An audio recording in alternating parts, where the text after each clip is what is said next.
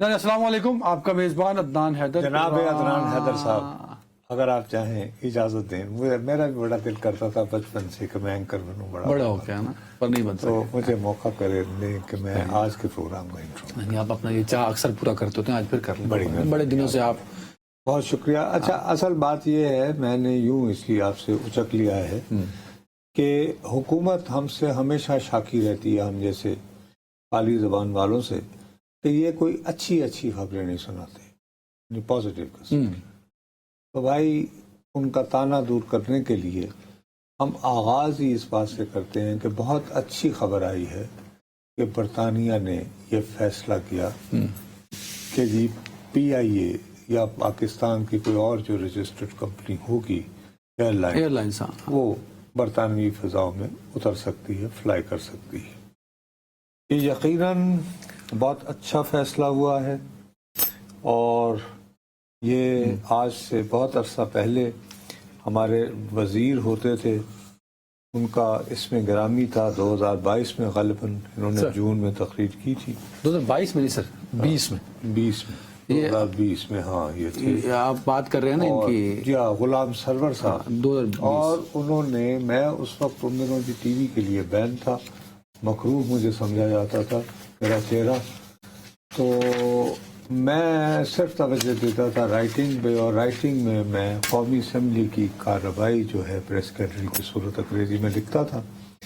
جس وقت یہ بیان دے رہے تھے تو اسی وقت میرا دل یقین مانو کانپ گیا، کیونکہ مجھے یہ اندازہ ہے کہ یورپ میں اور برطانیہ کے لوگ منسٹر کا پارلیمان میں دیا ہوا بیان کتنی سنجیدگی سے لیتے ہیں، اس کا امپیکٹ۔ اور میں نے دوسرے دن آئی وش کہ مجھے یہ پتا ہوتا تو میں وہ کالم بھی لاتا اور میں چلاتا اپنی اسکرین پہ ڈیٹ سمیت کہ یہ بیان تھا اور یہ میں کہہ رہا تھا۔ میں نے کہا انہوں نے مروا دیا ہماری طرف، لیکن بہرحال he got away with it. اور اس کے بعد اتنا عرصہ جو ہے گزر گیا ہے اور اب کہیں اجازت ملی ہے، اور زیادہ خوشی کی بات ہے کہ یہ اجازت اس وقت ملی ہے کہ جس وقت ہم پی آئی اے کو پرائیویٹائز کرنا چاہ رہے ہیں۔ تو کوئی بھی نجی کمپنی اگر اپنے طور پر انٹرنیشنل وہ کرنے کی کوشش کرے تو اس کو بہت مشکلات کا سامنا کرنا پڑتا ہے۔ ہاں، لیکن اب یہ مسئلہ تو ہمیں ایک ایج ہوگا، کمپٹیٹیو ایج، کہ اب ہم زیادہ رقم وصول کر سکتے ہیں، یعنی پرائیویٹائزیشن کے حوالے سے، اگر ارادے نیک ہیں۔ اب بھائی ہم نے اچھی خبر سنا دی، 5 سال بین رہا، بہت نقصان بھی اس میں اٹھانا پڑا۔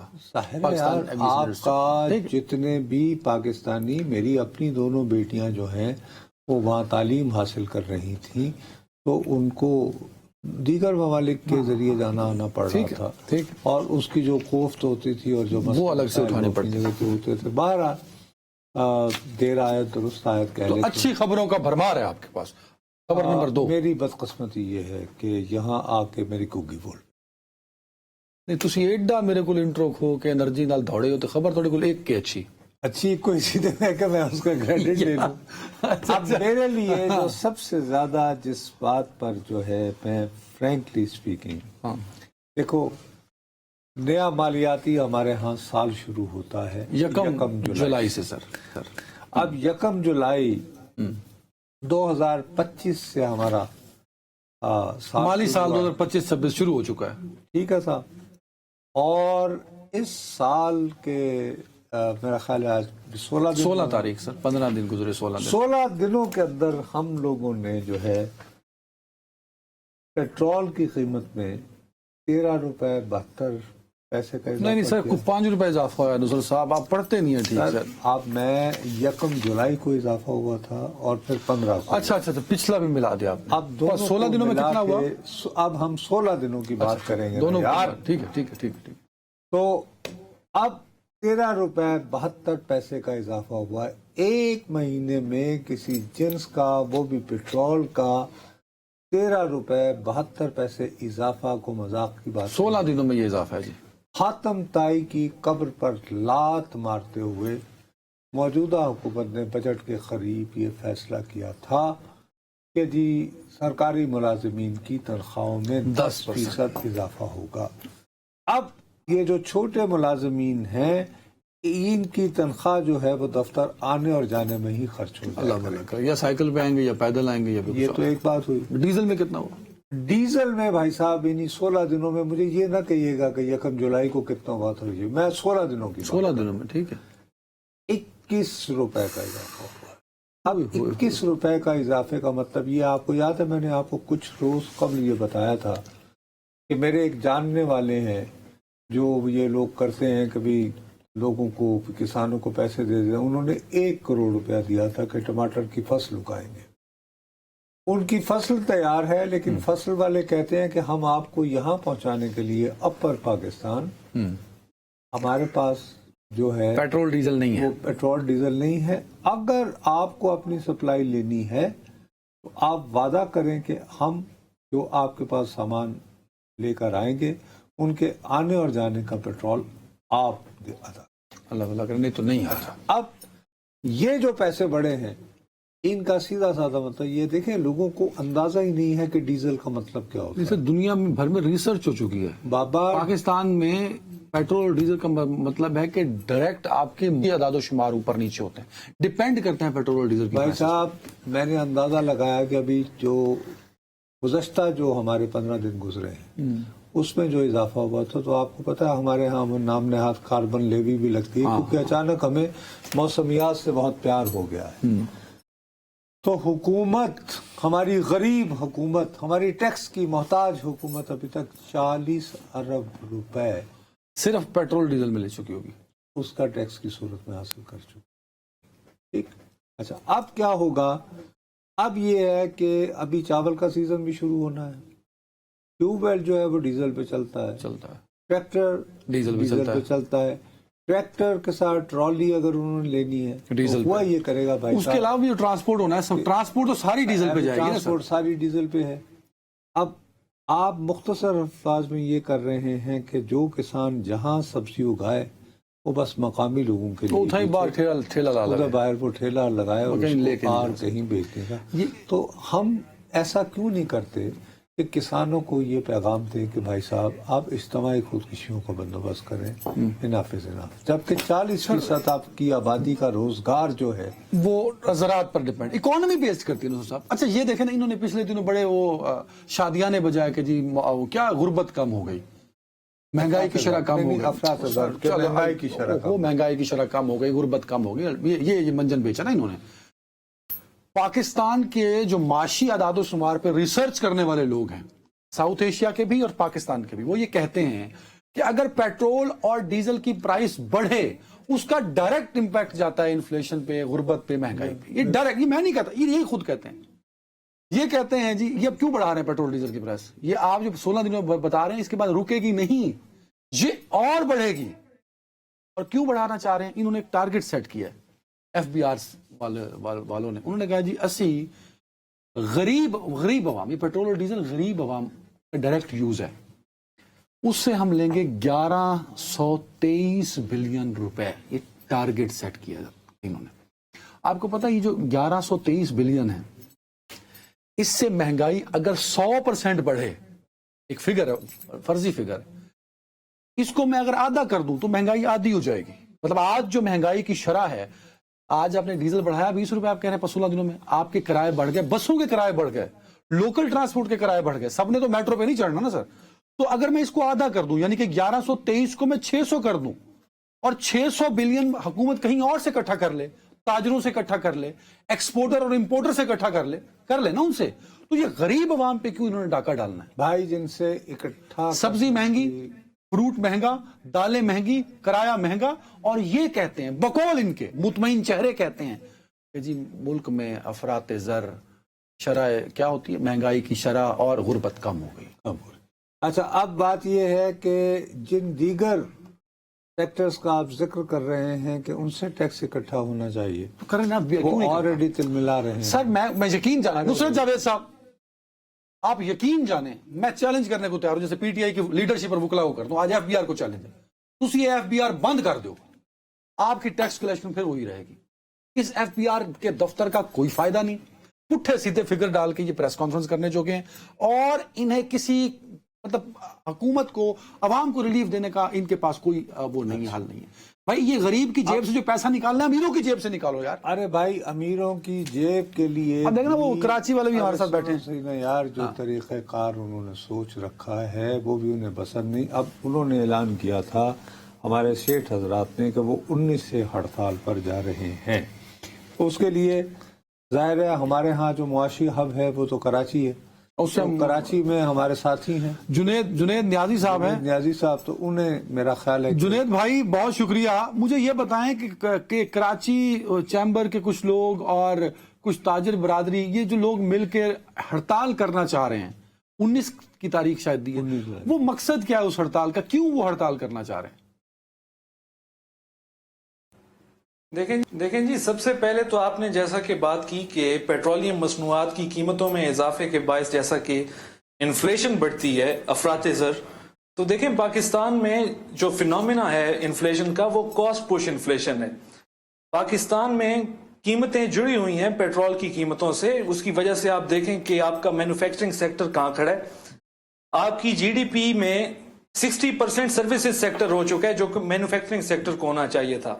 اب کل جیسا کہ لارج سکیل مینوفیکچرنگ کا ڈیٹا آیا ہے تو اس میں 1.2% تک مالی سال 25 کے 11 ماہ میں آپ کی بڑے پیمانے کی صنعت ڈیکلائن میں جا رہی ہے. دوسری بات اگر کی جائے, آپ جو کہہ رہے ہیں کراچی چیمبر آف کامرس کی ہڑتال کے حوالے سے, تو وہ فائنینس ایکٹ کے حوالے سے ہے جو مالی سال 26 کے حوالے سے ابھی منظور ہونا ہے. اس میں کراچی چیمبر یہ کہہ رہا ہے کہ اس میں 32 انوملیز ہیں اور انوملی کمیٹی کی میٹنگ میں بزنس کمیونٹی کو شامل کرنا تھا, ان سے تجاویز لینی تھی, مشاورت کرنی تھی, وہ نہیں کی گئی. جس کے بعد انہوں نے فیصلہ کیا کہ وہ ہڑتال کرنے جا رہے ہیں. انہوں نے 5 مطالبات کیے تھے جس میں 37A اور 37B کے قوانین تھے, جس کے تحت ایف بی آر کے آفیشلز کو استغاثہ اور گرفتاری کے جیسا کہ اختیارات دیے گئے ہیں. پھر ای بلٹی اور ای انوائسنگ کے قانون, اس کے علاوہ 2 لاکھ سے زائد جو ٹرانزیکشن کا قانون ہے, اور خاص طور پہ جو ایکسپورٹرز پہلے فکس ٹیکس رجیم میں تھے جن پر 1% تک ٹیکس عائد ہوتا تھا, ان کو نارمل ٹیکس رجیم میں ڈالا گیا, جس کی وجہ سے ان کا مطالبہ ہے کہ اس کو واپس فکس ٹیکس رجیم میں بحال کیا جائے. یہ بتائیے کہ آج صبح جنید صرف 1 منٹ ٹھہریے گا. آج صبح اسلام آباد میں نے جو اخبارات پڑھے ہیں ان میں یہ دعویٰ کیا گیا ہے کہ حکومتی کمیٹی کے ساتھ مذاکرات کے بعد فیڈرل جو وہ چیمبر ہے ان کے سربراہ صاحب نے یہ کہا ہے کہ ہم اپنی ہڑتال کو 3 ماہ کے لیے مؤخر کر رہے ہیں کیونکہ حکومت نے ہمیں کسی ریلیف کی ٹھوس یقین دہانیاں کروائی ہیں. کیا یہ ان کا یہ بیان انفرادی حیثیت والا بیان تصور کیا جائے گا, یا یہ سمجھتے ہیں کہ ایف پی سی سی آئی تو یہ شاید سوچے لیکن مقامی مثال کے طور پر کراچی کا مقامی تاجر اور مقامی چیمبر جو ہے ان کی پوزیشن کیا ہے؟ دیکھیں, federation of Pakistan chambers of commerce کی آپ بات کر رہے ہیں, عاطف اکرام شیخ صاحب صدر ہیں اس کے. انہوں نے کہا ہے کہ جیسا کہ ان کی گزشتہ روز وزیر خزانہ کے ساتھ ملاقات ہوئی ہے بزنس کمیونٹی کے وفد کی, تو یہ طے پایا کہ ایک ہارون اختر خان صاحب کی قیادت میں ایک کمیٹی تشکیل دی جائے گی جس میں چیئرمین ایف بی آر بھی ہوں گے, بزنس کمیونٹی کے لوگ بھی ہوں گے, وزیر خزانہ برائے مملکت بلال کیانی صاحب بھی ہوں گے. تو انہوں نے کہا ہے لہٰذا یہ کمیٹی تشکیل پائے گی اور 30 دنوں میں جو مطالبات ہوں گے ان پر نظر ثانی کی جائے گی, ان کو دیکھا جائے گا, اس کے بعد فیصلہ کیا جائے گا. ہڑتال بھی تب کی جائے گی. لیکن کراچی چیمبر آف کامرس نے کہا ہے کہ ہم ہڑتال کو اسی شیڈول کے مطابق جاری رکھیں گے اور 4 صوبوں کے جو چیمبرز آف کامرس ہیں, لاہور چیمبر ہو گیا, راولپنڈی چیمبر ہو گیا, بڑے جو چیمبرز ہیں وہ ہمارے ساتھ کھڑے ہیں. اور ایون جو کراچی کے صنعتی زونز ہیں, چاہے وہ فیڈرل بی ایریا ایسوسی ایشن ہو, کورنگی ایسوسی ایشن ہو یا سائٹ ایسوسی ایشن ہو, وہ سب کراچی چیمبر آف کامرس کے ساتھ کھڑے ہیں. اچھا, اب یہاں پہ بات یہ ہے کہ کراچی چیمبر آف کامرس کے مطابق میں آپ کو یہاں پہ ایک چیز کلیئر کروں کہ بزنس کی جو بیٹ ہے یہ پولیٹیکل بیٹ کی طرح اس کا ایک اندر سے اینگل آتا ہے, کیونکہ کراچی چیمبر آف کامرس میں جو گروپ حاوی ہے بزنس مین گروپ, اور فیڈریشن ہاؤس میں جو گروپ ہے وہ ایک الائنس ہے, یونائٹڈ بزنس گروپ. آپ نے ایس ایم منیر کا نام سنا ہوگا, ماضی میں ہوتے تھے, ان کا گروپ ہے. ٹھیک ہے. اور زبیر موتی والا کا group Karachi chamber of commerce میں ہے. تو یہ ایک پوری سیاست بزنس کمیونٹی کے اندر چلتی ہے. پھر بزنس مین الائنس ہے جو کراچی نہیں لیکن آپ مجھے ایک بات point, sir. یار اور اس کے چیئرمین نہیں ایک سوال لے لیں. جنید مجھے یہ بتائیے کہ آپ نے اچھی طرح ڈبل چیک کیا ہے کہ لاہور چیمبر آف کامرس بھی ہڑتال کے اس فیصلے کا مکمل حامی ہے؟ According to Karachi chamber of commerce وہ بھی ان کے ساتھ کھڑے ہیں. اچھا، میرے لیے یہ حیرت کی بات اس لیے ہے کہ دیکھیے ہم لوگ جو اسلام آباد میں بیٹھے ہوئے ہیں، ہم لوگ جب سے شریف فیملی جو ہے یہ سیاست میں آئی ہے، ہم ہمیشہ یہ تصور کرتے رہے ہیں کہ جناب یہ فیملی بنیادی طور پر صنعت کاروں کو، سرمایہ کاروں کو، تاجر طبقات کو خوش رکھتی ہے. اور جو ہمارے بہت عرصے تک وزیر خزانہ رہے شریف گورنمنٹس کے دوران، آج کل ڈپٹی پرائم منسٹر بھی ہیں، اور جن کی صدارت میں جو ایک کمیٹی بنی تھی جس نے وہ چینی کی امپورٹ کی اجازت دی تھی، جناب اسحاق ڈار صاحب، وہ بنیادی طور پر سیاست میں آنے سے قبل لاہور چیمبر آف کامرس کے سربراہ رہے.